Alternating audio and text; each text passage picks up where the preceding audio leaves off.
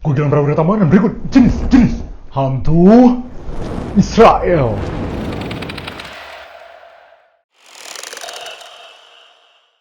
Estris adalah sekelompok vampir wanita yang gemar meminum darah orang-orang. Para estris dalam wujud manusianya itu cantik-cantik semua. Kalau mereka dikumpulin tuh berasa lagi lihat JKT48. Tapi selain jadi wanita cantik, mereka juga mampu berubah menjadi berbagai macam hewan. Kucing, lele, bekicot, ayam geprek, ini gue asal nyebut, tapi intinya macam-macam lah. Para estris dipercaya pula bisa terbang, tapi dengan syarat rambut mereka harus terurai.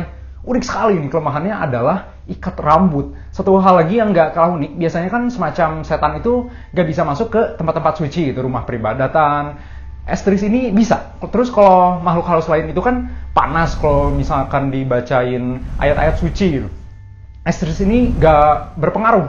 Malahan, tak jarang mereka justru ikut berdoa, meminta diberkati. Agak ambigu sebenarnya moral mereka itu seperti apa gitu. Kita memang tidak bisa menilai begitu saja seseorang itu jahat atau baik, meskipun dia siluman.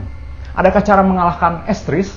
Ada, sederhana malahan. Jadi makhluk ini tuh bisa dilukain biasa aja, sama kayak kita ngelukain sesama manusia. Bedanya, Estris memiliki kemampuan regenerasi. Kalau minum darah, dia pulih lagi.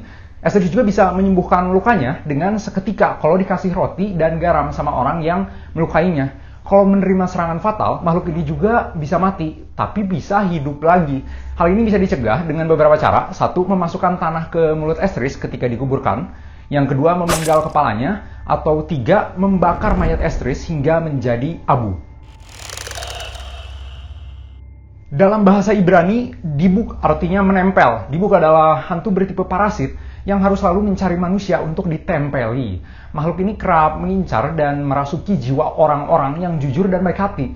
Manusia yang dikendalikan dibuk ini nantinya akan membuat kekacauan dan merusak segala yang ada di sekitarnya. Dari mana dibuk berasal? Jadi ada yang bilang kalau mereka ini adalah orang-orang yang semasa hidupnya jahat, sehingga begitu mati dikutuk jadi semacam setan. Tapi ada pula yang berpendapat kalau sebenarnya hantu ini adalah arwah-arwah yang belum tenang tapi tidak tahu pasti apa yang mereka belum selesaikan di dunia ini. Wujud mereka pun nggak ada, dibuk sudah kehilangan jati dirinya. Alhasil para dibuk ini hanya bisa mengamuk, kebingungan. Shedim dalam bahasa Ibrani artinya adalah iblis. Mereka adalah sebangsa siluman yang menyerupai manusia, tapi si kaki dan cakarnya itu macam ayam. Mereka mampu tembus pandang, tapi kita tetap bisa mengetahui keberadaan mereka dengan menaburkan abu ke lantai. Nantinya jejak kaki mereka akan terlihat. Para Shedim ini memiliki kemampuan berubah wujud menjadi siapapun, tapi mereka tidak mampu merubah satu bagian tubuhnya, yaitu kaki ayam mereka. Pada zaman dahulu, orang-orang sesat kerap mengorbankan anak perempuan mereka ke Shedim ini. Untuk apa? Ya, paling juga dijanjikan kekayaan, kekuasaan, dan lain-lain. Tapi ujung-ujungnya pasti celaka sih. Udahlah, jangan nyembah setan guys. Tapi semisal kalian tergoda gitu ya, dimana kita bisa menemukan Shedim, makhluk ini umumnya berkeliaran di dekat orang mati dan terbang di sekitar kuburan. Ada beberapa hal yang dipercaya mampu mendatangkan Shedim, diantaranya dengan bersiul atau menyebut namanya. Golem adalah makhluk berwujud manusia yang terbuat dari tanah liat atau batu. Golem mampu diciptakan dengan ilmu sihir untuk melayani dan melindungi si tuannya. Golem ini agak bodoh, jadi dia bakal nurut-nurut aja mau disuruh apapun ya. Makhluk ini setiap harinya akan terus bertambah besar dan kuat. Kalau udah terlalu besar, nantinya golem akan sulit dikendalikan dan tak jarang mengamuk. Bagaimana cara menghentikannya? Di jidat setiap golem itu ada tulisan Emet yang berarti kebenaran. Kalau kita hapus huruf pertamanya jadinya Met, itu artinya kematian. Jadi dengan menghapus huruf itu di jidatnya, golem akan kembali menjadi benda mati.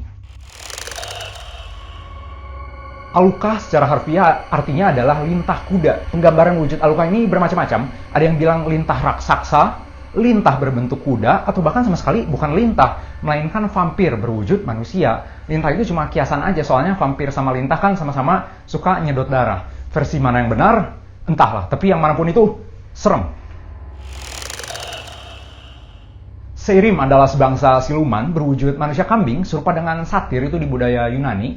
Manusia setengah kambing emang merupakan penggambaran iblis yang paling umum diadaptasi oleh dunia barat. Seirim ini gemar berkeliaran dan menari-nari di hutan atau reruntuhan.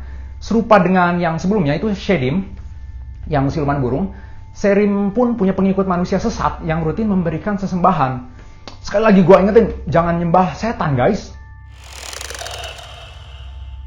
Makhluk yang satu ini adalah musuh bagi para peternak susu kambing. Kenapa?